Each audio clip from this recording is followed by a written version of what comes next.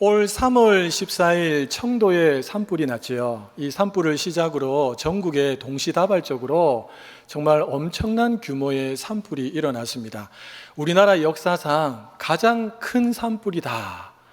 그리고 가장 많은 피해를 남긴 산불이다라고 합니다. 인명피해, 또 재산피해 어마어마했습니다. 화면에 보는 것처럼 31명이 이 산불을 통해서 목숨을 잃었고 6천 곳이 넘는 주택과 공장과 문화재가 불에 탔습니다. 그리고 이재민만 무려 19,000명 이상 엄청난 규모의 피해를 입힌 산불입니다.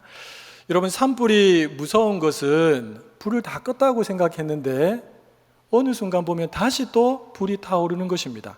다시 말하면 작은 불씨가 숨겨져 있다는 것입니다. 땅 속에도 숨겨져 있고 심지어는 나무에도 이 불씨가 숨겨져 있다고 합니다. 그래서 전문가들은 말하기를 3일에서 한 5일 정도 이 작은 불씨가 간다고 합니다. 그래서 산불을 껐다고 해서 모든 것이 끝난 것이 아니고 우리 소방대원들이 이 작은 불씨를 찾아서 하나하나까지, 마지막 하나까지 다 제거할 때 산불이 끝났구나 라고 그렇게 말들을 한다는 것이죠. 사랑하는 성도 여러분, 작은 불씨 하나가 다시 또 큰 불을 일으킬 수 있는 것처럼 우리의 잘못된 몸짓 하나, 행동 하나가 복음 전체, 은혜의 복음을 훼손시킬 수 있다는 사실을 오늘 본문 말씀을 통해서 우리가 꼭 기억할 수 있기를 원합니다. 오늘 말씀을 좀 더 여러분 이해하기 쉽게 이전에 살펴봤던 내용들을 제가 간단하게 좀 설명을 하고 오늘 본문으로 들어가 보려고 합니다. 여러분, 갈라디아서는 사도 바울이 갈라디아 지역에 있는 교회 성도들에게 쓴 편지입니다. 그들이 바울이 전한 복음을 떠났고 이방의 유대인들이 들어와서 그들이 잘못된 복음, 다른 복음을 전했다는 소식을 듣고 바울이 참된 복음이 무엇인지를 다시 알려주기 위해서 쓴 편지가 갈라디아서다라고 했습니다. 자, 그런데 문제는 뭐냐 하면 유대의 전도자들이 들어와서 바울은 진짜 사도도 아니고 바울이 전한 복음은 뭔가 부족한 복음이다라고 해놓았기 때문에 사도 바울 입장에서는 복음을 먼저 드러내기에 앞서서 자신이 진짜 하나님으로부터 세움받은 사도라는 사실을 드러낼 필요가 있었습니다.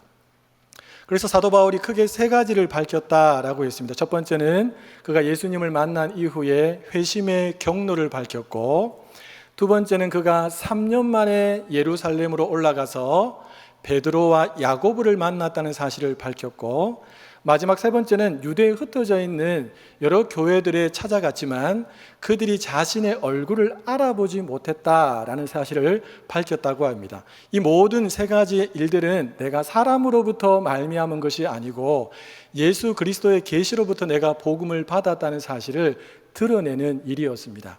여기에 대해서 우리 지난주에는 바울이 14년 만에 바나바와 헬라인 디도를 데리고 다시 예루살렘에 올라갔고, 거기에서 예루살렘 사도들과 성도들 앞에 자신이 이방에서 전했던 복음을 이야기했고 그들로부터 지지를 얻게 되었다. 더욱이 이 복음 안에 율법을 더해야 한다는 모든 부분들은 우리를 다시 종의 신분으로 전락시키는 잘못된 것이기 때문에 이것을 경계해야 되고 이것을 조심해야 된다라는 사실도 밝힙니다. 마지막으로 뭘 밝힙니까? 나는 이방인에게로 복음 전하기 위해서 부름받았고 예루살렘에 있는 사도들은 유대인들에게도 복음 전하기 위해서 부름받았고, 다시 말하면 구분이 되지만 우리는 협력 관계에 있는 그런 하나님이 부르신 사도들이다라는 사실을 사도 바울은 밝혔습니다. 좀 기억이 나십니까? 예. 계속 듣다가 보면 아마 여러분들이 자동적으로 아마 기억이 나실 것 같습니다. 여러분, 이 정도만 이야기해도 갈라디아 지역의 교회 성도들이 그렇구나, 바울이 진짜 사도구나, 바울이 전한 복음이 정말 복음이구나 라고 아마 그들은 생각했을 것 같습니다. 바울 입장에서도 이 정도 했으면 내가 할 만큼 했다라고 얼마든지 생각할 수가 있습니다. 자, 그런데요, 사도 바울이 여기에 뭐 하나를 오늘 본문을 통해서 더하고 있습니다. 그게 뭐냐 하면 복음을 훼손하는 하나의 아주 작은 한 부분을 그가 단호하게 대처하고 있는 모습을 오늘 본문을 통해서 보여줍니다. 일명 안디옥 사건이라고 불리는 아주 유명한 사건입니다. 여러분, 이 안디옥 사건은 뭐냐 하면 바울이 베드로를 공개적인 자리에서 책망하는 내용입니다. 여러분, 베드로가 누굽니까? 베드로는 예수님의 12제자 중에서 한 명이고 당시에 초대교회에서 내놓으라 하는 최고의 지도자였습니다. 더 나아가서 이 바울보다 훨씬 더 앞서서 사도가 되었고 나이도 이 바울보다 훨씬 많은 사람이 바로 베드로였습니다. 이 베드로를 사도 바울이 책망했다라고 오늘 성경은 말하고 있는데요. 우리 11절 말씀을 같이 한번 읽어보겠습니다. 게바가 안디옥에 이르렀을 때에 책망받을 일이 있기로 내가 그를 대면하여 책망하였노라. 아멘. 여러분, 이것은 마치 이제 막 담임 목사가 된 제가 노회가 열렸는데 그 노회의 공식적인 석상에서 노회장님을 책망한 것보다 훨씬 더 충격적인 사건이었습니다. 자, 그렇다면 바울은 왜 베드로를 공개적으로 책망했을까요? 여러분, 그 이유가 12절과 13절에 나오는데 색깔이 다른 부분을 주목해서 보시면서 같이 한번 읽어보겠습니다.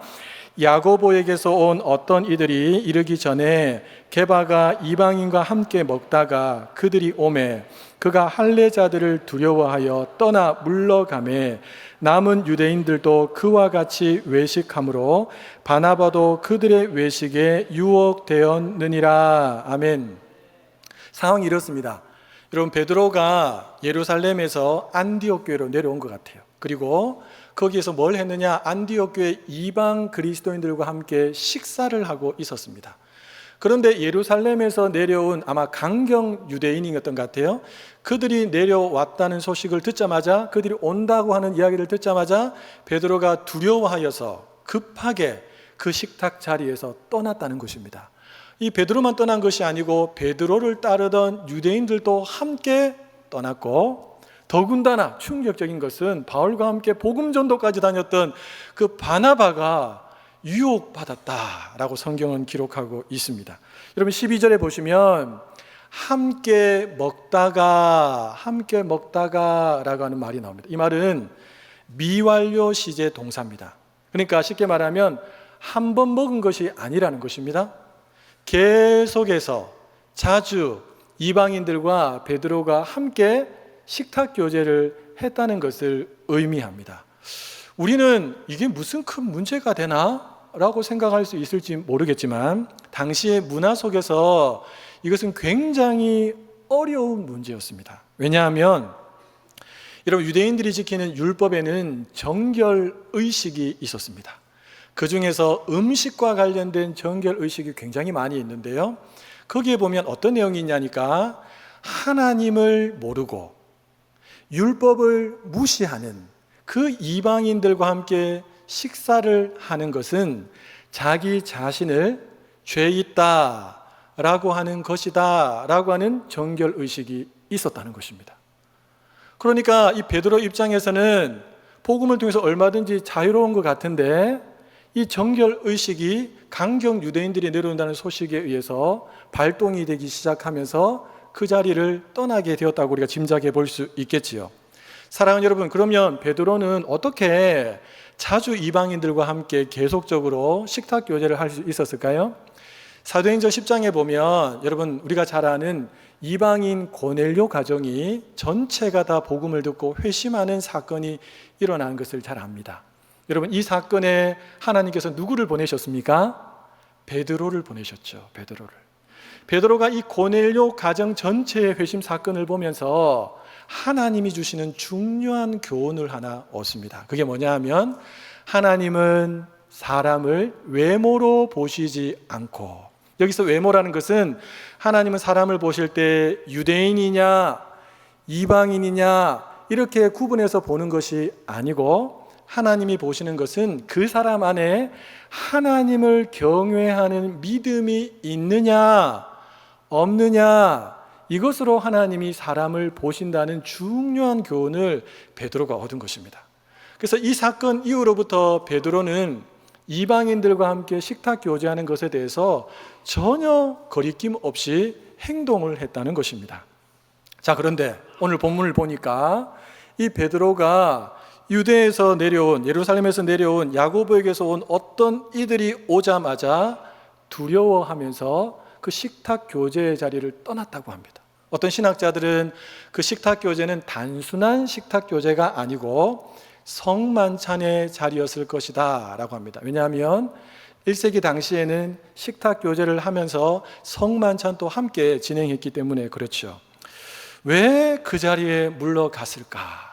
선뜻 우리는 잘 이해가 되지 않는데 14절에 보면 사도 바울이 이 베드로를 책망하는 내용을 통해서 어떤 부분인지 우리가 짐작할 수가 있습니다. 색깔이 다른 부분들을 유심히 보시면서 같이 한번 읽어보겠습니다. 그러므로 나는 그들이 복음의 진리를 따라 바르게 행하지 아니함을 보고 모든 자 앞에서 게바에게 이르되 네가 유대인으로서 이방인을 따르고 유대인답게 살지 아니하면서 어찌하여 억지로 이방인을 유대인답게 살게 하려 하느냐 하였노라. 아멘. 바울은 지금 이 베드로의 행동을 어떻게 보고 있습니까? 말씀해 보니까 복음의 진리를 따라 바르게 행하지 않는 모습으로 봤습니다. 쉽게 말하면 베드로의 외식은 이 율법의 행위가 있어야지만 구원을 받는 것처럼 보이는, 그래서 복음을 훼손하는 행동으로 사도 바울은 봤다라는 것이죠. 여러분, 지난주에 제가 거미줄에 걸린 곤충 이야기를 해드렸습니다. 그것은 다시 종의 신분으로 전락하는 것과 같다라고 설명을 해드렸는데요, 이런 거지요. 어떤 사람이 수백 가닥의 밧줄에 꽁꽁 묶여서 서서히 죽어가고 있습니다. 그 모습을 보고 있으니까 너무 불쌍한 거예요. 그래서 그 사람에게 다가가서 그 얼타리 설타리 있는 그 밧줄들을 하나씩 힘들게 다 풀어서 그 사람을 살려놓았습니다. 그러면 여러분, 그 사람이 자유롭게 살아야 되는데 잠시 후에 보니까 그 사람이 다시 그 밧줄로 자기 스스로 자기 몸을 칭칭 감고 있는 것입니다. 여러분, 베드로가 지금 그 자리를 떠났다는 것이 바울의 눈에는 다시 율법의 실타리로 자신을 묶고 있는 모습으로 보였다는 것이고, 베드로뿐만 아니라 베드로를 따르는 유대인들도 심지어 바나바조차 유혹을 받을 정도로 이것은 굉장히 심각한 문제다라고 바울은 판단했다는 것입니다. 여러분, 이걸 보면 지도자 한 사람이 얼마나 큰 영향력이 있는지, 그렇죠? 베드로가 그렇게 하니까 그냥 따라한 거예요, 주변에 있는 사람들이. 그래서 바울의 입장에서는 베드로도 살리고 그를 함께 따랐던 사람들도 살리고 혹여라도 이 모습을 본삼아서 그와 같은 행동을 할 수 있을 것 같은 사람들도 살리기 위해서 공개적으로 베드로를 책망한 것입니다. 여러분, 바울이 전한 복음 첫 번째는 사람의 눈치를 보지 않는 복음입니다. 바울은 복음에 있어서만큼은 절대로 사람의 눈치를 보지 않았습니다. 그는 목에 칼이 들어와도 타협하거나 양보하지 않았습니다. 왜냐하면 복음이 진리라고 확신했기 때문입니다. 그래도 베드로의 위치가 있는데 어떻게 공개적으로 책망하나? 조용히 불러서 아니 베드로, 당신 어떻게 이럴 수 있습니까? 라고 그냥 조용히 알아서 해결할 수도 있는데 왜 바울이 공개적으로 책망했을까? 여러분, 왜 그렇게 공개적으로 책망했을까요? 여러분, 베드로가 외식하는 그 모습을 누가 가장 가까이에서 봤을까요? 안디옥 교회에 들어온 이방 그리스도인들이 가장 가까이에서 보면서 그들은 충격을 받았을 것입니다.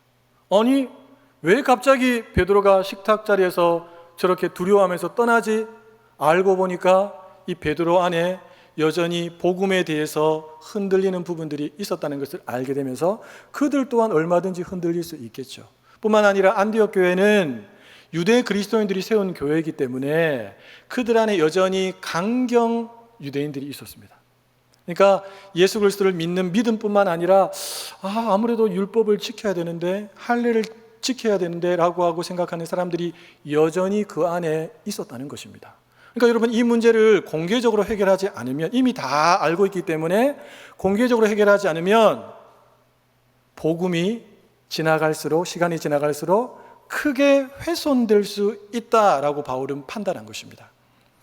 마치 작은 불씨 하나가 다시 산 전체를 태울 수 있을 만큼 큰 위력을 가지고 있는 것처럼, 이 베드로의 작은 외식적인 행동 하나가 복음 전체를 물거품처럼 만들 수 있다고 바울은 판단한 것입니다. 여러분, 어떤 교회에 몰래 숨어 들어온 신천지 교인이 있었습니다. 얼마나 친절하고 얼마나 상냥한지 짧은 시간 안에 많은 사람들의 마음을 얻었어요. 야, 저분은 참 좋은 분이다. 저분은 진짜 진국이다. 그렇게 소문이 날 정도였습니다. 자, 그런데 시간이 지나면서 그 사람이 신천지인이라는 결정적인 증거를 교회가 확보합니다. 그리고 몇몇 사람들에게 이야기를 해서 소문이 조금씩 나가기 시작합니다.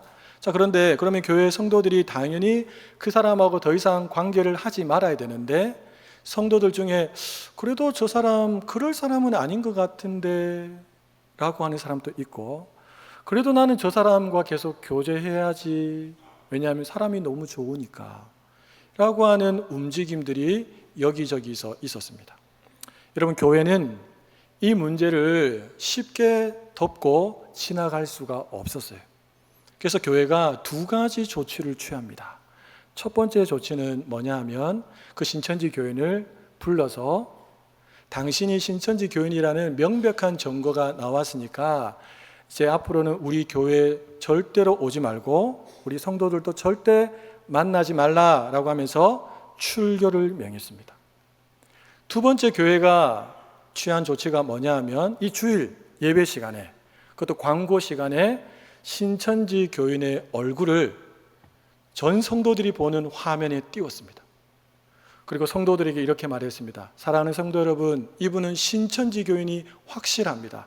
명백한 증거가 있습니다. 그래서 여러분들 중에 혹시라도 이분과 친밀한 관계를 맺었던 분들이 있더라도 오늘 이 시간 이후로는 절대로 이분과 관계를 해서는 안 됩니다 라고 교회가 이야기를 했습니다.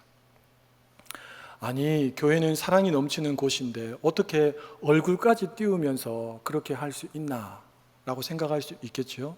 왜 교회가 이렇게 강력한 조치를 취한 것일까요?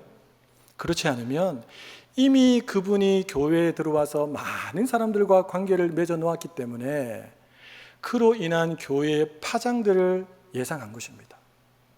이것은 이렇게도 되고 저렇게도 되는 문제로 교회는 판단하지 않고, 이 문제는 절대로 타협하거나 양보할 수 없는, 성도를 지키고 교회를 지키기 위해서 반드시 선을 그어야 하는, 모든 사람들이 보는 앞에서 선을 그어야 하는 진리 문제라고 판단했기 때문에 교회가 이런 판단을 내렸습니다.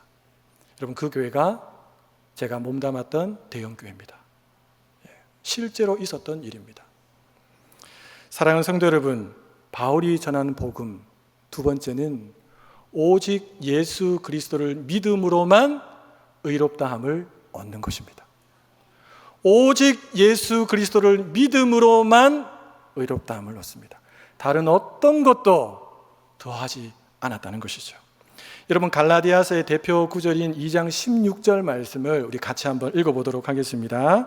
사람이 의롭게 되는 것은 율법의 행위로 말미암음이 아니요 오직 예수 그리스도를 믿음으로 말미암는 줄 알므로 우리도 그리스도 예수를 믿나니 이는 우리가 율법의 행위로서가 아니고 그리스도를 믿음으로써 의롭다함을 얻으려 함이라. 율법의 행위로서는 의롭다함을 얻을 육체가 없느니라. 사랑하는 성도 여러분, 의는 두 부류가 있습니다. 여러분 잘 기억하십시오. 첫 번째 부류는 인간의 의, 사람의 의입니다. 이 인간의 의는 우리가 어떤 행동을 통해서 내가 획득하는 의입니다. 선한 행동을 했을 때 얻을 수 있고 큰 공로가 되는 일을 했을 때 얻을 수 있는 의, 이것이 바로 인간의 의입니다. 이 인간의 의에는 특징이 하나 있습니다. 어떤 특징이 있냐면 부분적이라는 것입니다. 부분. 제가 한번 예를 들어 볼까요? 여러분, 지난 8월 26일 유엔 산하 국제해사기구 IOM이라고 불리는 곳에서 올해의 바다 의인상을 수상했습니다. 올해 바다 의인상. 거기에 임형택, 박병석, 박현우 이 세 분의 선장님이 올해의 바다 의인상을 받았습니다. 이들은 올해 초에 해상에서 승선원 21명을 구조했습니다. 대단한 일이죠, 그렇죠? 얼마나 자기 목숨을 던지지 않았겠습니까? 그 행위를 인정받은 것이고 그 공로를 인정받아서 의인상을 받았다는 것입니다. 자, 그러나 그렇다고 해서 여러분, 그 사람 전체의 삶이 다 의인됩니까? 아닙니다. 그 사람의 삶 전체에서 사람을 구조했던, 사람의 생명을 살렸던 이 부분만 두고 사람들은 의롭다라고 여기고 의인상을 수여했다는 것입니다. 여러분, 이것을 잘 구분하셔야 됩니다. 여러분, 동서양을 막론하고 장례식장에 가면 고인을 이렇게 높입니다. 그분이 살아왔던 삶의 행적들을 이야기하면서 이분은 이런 부분에서 참 좋았고 이런 업적도 남겼고 참 좋은 분이라고 계속해서 높이죠, 그렇죠? 서양에서 실제로 있었던 일이라고 합니다. 남편의 장례식장인데 사람들이 많이 몰려와서 애도하고 슬퍼하면서 또 중요한 예배 시간에 한 분이 이 돌아가신 고인에 대해서 이분은 이런 일도 하셨고 저런 일도 하셨고 성품은 이렇게 좋고 저렇게 좋고라고 계속 고인을 높이는 이야기를 계속 했다고 합니다. 그런데 저 앞쪽에 서 계셨던 그 고인의 아내가 고개를 탁 숙이더니만 눈을 감고 고개를 이렇게 고개를 저었다고 합니다. 그리고 고개를 젓던 그 아내가 갑자기 눈을 뜨더니만 옆에 있는 아들을 향해서 이렇게 말했다고 합니다. 아들아, 너 저기 한번 가봐라. 아무리 생각해도 내 남편은 아닌 것 같다. 그렇게 말했다고 합니다. 여러분, 사람들은 부분적인 좋았던 부분들만 부각시키면서 그 사람이 진짜 마치 전체가 의인인 것처럼 생각하는 경우가 많다는 것이죠. 인간의 의는 부분적입니다.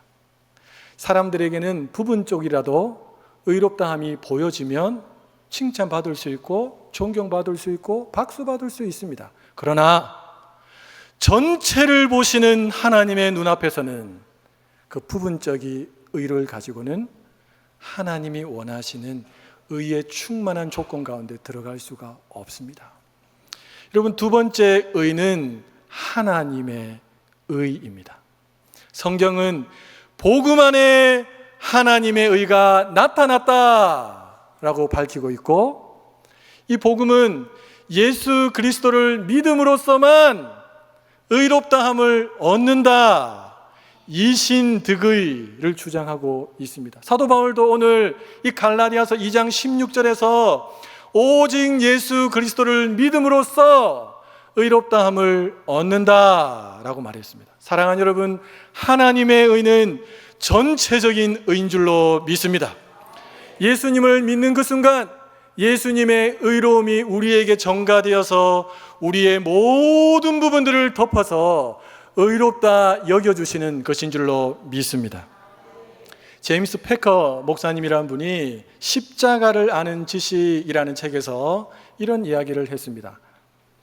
기독교의 전설처럼 오랫동안 전해져서 내려오는 이야기가 있는데, 그 이야기는 하나님의 아들이신 예수 그리스도께서 십자가에 못 박혀 돌아가셨을 때 그분이 십자가에서 곧바로 지옥으로 나아가셔서 그곳에서 고통받고 있는 죄인들을 구원해내셨다, 해방시켰다라고 합니다. 그리고 이제 이 십자가 사건을 통해서 이제 지옥으로 갈 사람들은 없어질 것 같다라고 이야기를 합니다. 그러자 마귀가 이 소식을 듣고는 크게 슬퍼하면서 크게 가슴을 치면서 한탄했다고 합니다. 왜냐하면 이제 이 지옥은 텅텅 비겠구나, 텅텅 비겠구나, 이를 어찌하면 좋을까라고 마귀가 한탄했다고 합니다. 여러분, 한탄하고 있는 그 마귀에게 하나님께서 이렇게 말씀하셨다라고 제임스 패커 목사님께서 책을 통해서, 물론 실언은 아닙니다, 이렇게 말했다고 합니다. 같이 한번 화면을 보시면서 읽어보겠습니다. 저 거룩한 자들을 모두 내게 보내줄 테니 울지 말라. 그들은 자기들의 선함을 믿고 자만에 빠진 자들이며 죄인들을 정죄하면서 자기의 의지에 빠진 자들이다. 내가 다시 올 때까지 여러 세대 동안 그들이 지옥을 가득 채우고 있을 것이다. 무슨 말입니까, 여러분? 자기의, 인간의 의에 사로잡혀서 나는 복음 필요 없다 이런 거라고 생각하며 살아가는 그들이 지옥을 향해 달려갈 것이다. 지옥은 비지 않을 것이다 라는 말이죠. 주 안에서 사랑하는 여러분, 하나님의 의가 없으면 그 누구도 천국에 들어갈 수 없습니다. 하나님의 의는 복음을 통해서 밝히 드러났습니다. 바울이 말하고 있는 것처럼 예수 그리스도를 믿는 믿음으로서만 우리가 의롭다함을 얻을 수가 있습니다. 사랑하는 성도 여러분, 주님 앞에서는 그날까지 여러분 이 복음, 이 의로움에 대한 확신을 가지고 믿음 생활할 수 있기를 예수님의 이름으로 축복합니다. 그래서 바울이 전한 복음, 은혜의 복음을 여러분 꼭 붙드시고 이 복음이 주는 감격과 기쁨이 사라지지 않도록 여러분 잘 유지하시면서 이렇게 신바람나게 신앙생활 할 수 있기를 예수님의 이름으로 축복합니다. 한 걸음 더 나아가서 혹여라도 누군가가 아무리 유명한 사람이라 할지라도 복음을 훼손하려고 하는 작은 움직임을 볼 때 여러분 함께 따라가거나 타협하거나 용서하거나 포기하지 마시고 끝까지 은혜의 복음을 지키시기를 축복합니다. 그리고 이 복음만을 자랑하시고 이 복음을 누리고 이 복음을 주님 앞에서는 그날까지 아름답게 드러내는 그런 믿음의 삶, 복된 삶을 살아가시기를 예수님의 이름으로 축복합니다. 예수님의 이름으로 축복합니다.